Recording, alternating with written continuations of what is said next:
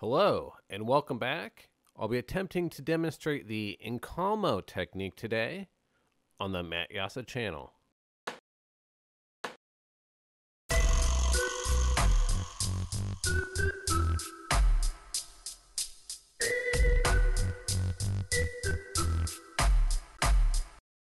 I am starting off here by lighting the torch with my oil lamp.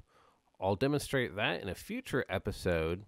But if you've seen the last episode on the solid color blowout, I melted down some colorful glass to blow out some globes.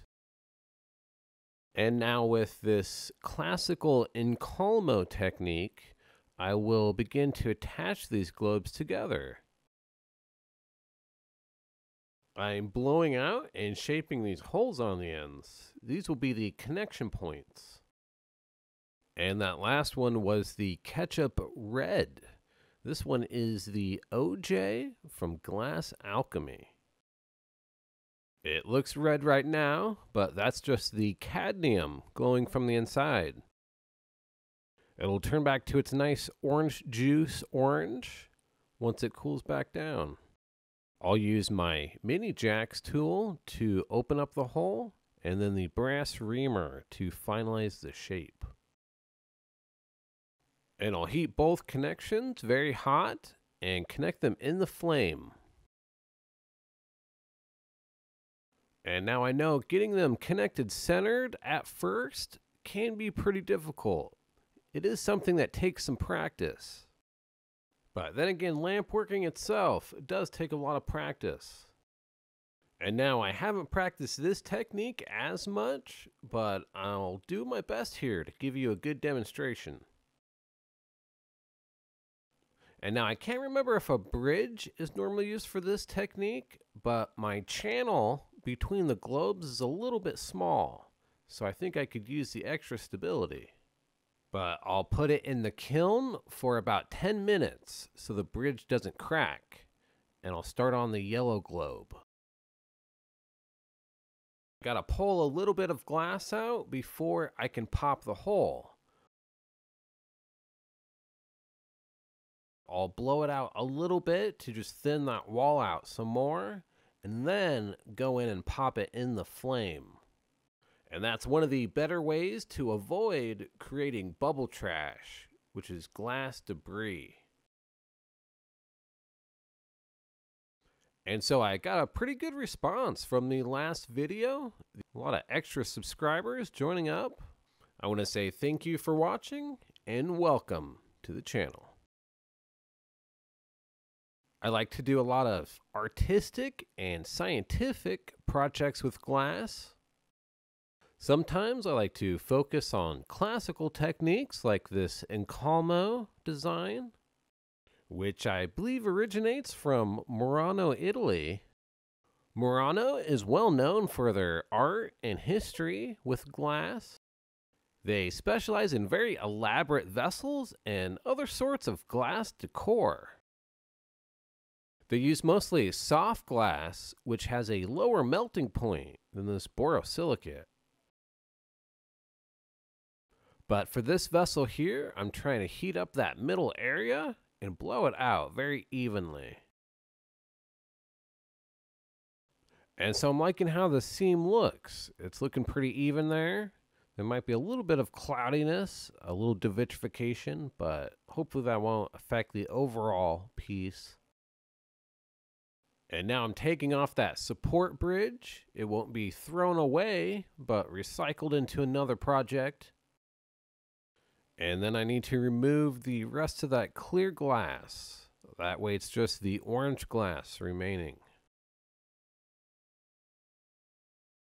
I'll go ahead and melt that back a little bit and then pop a hole for the next attachment. I'll go in for a quick flare and then attach up the yellow globe. And so I could flare the holes open a little bit more. That would quicken up the process. There's a chance I might overlap the edge as I'm connecting them together. And so connecting up smaller holes and blowing them open in the flame might be a little bit of a safer method. And now, if the Incalmo technique is one that you use in your own work and you have some tips for me, please leave them down in the comment section. I always enjoy talking to other artists, kind of sharing tips back and forth. So during the editing process, I could have put all the globe footage together so it wasn't cutting in between the main tube here. But I wanted to keep it the way it was to better show you chronologically how everything took place. While I was having the bridge anneal in the kiln is when I was working on the next globe. And so that ends up very important if you're wanting to make a project over and over again, especially to sell. Trying to design a very efficient creation process. That way you don't waste much time going from one step to the next. Which would be the R&D, the research and development process.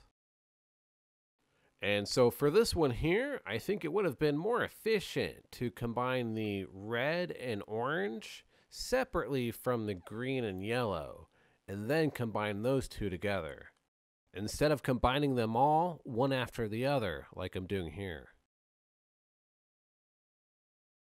Other than that, to make it extra consistent, you'd probably want to gather the glass up and blow the globes out all the same size before you connect them together like this. I was just wanting to use the globes from the last video. They were a little bit different sized, but that's okay. So I've been trying my best to pop the holes very centered at the ends of the globes, but some of them did get a little bit off center. So to correct that problem, I used my jacks and flared the hole over more in one direction to line it back up. And as I'm looking at it, I realize the overall shape is getting a little bit weird. I want it to look more like a tube, a cylinder, but it looks more like a chili pepper. As I said before, doing it in smaller sections, just 2 at a time, probably would have been a better idea. That way I could shape each section more evenly and get a smoother overall tube. But this is meant to be just a basic demo. I'll have to keep practicing this technique along with making the globes a bit more decorative and come up with a really nice Encalmo piece. But I might keep working on this one too.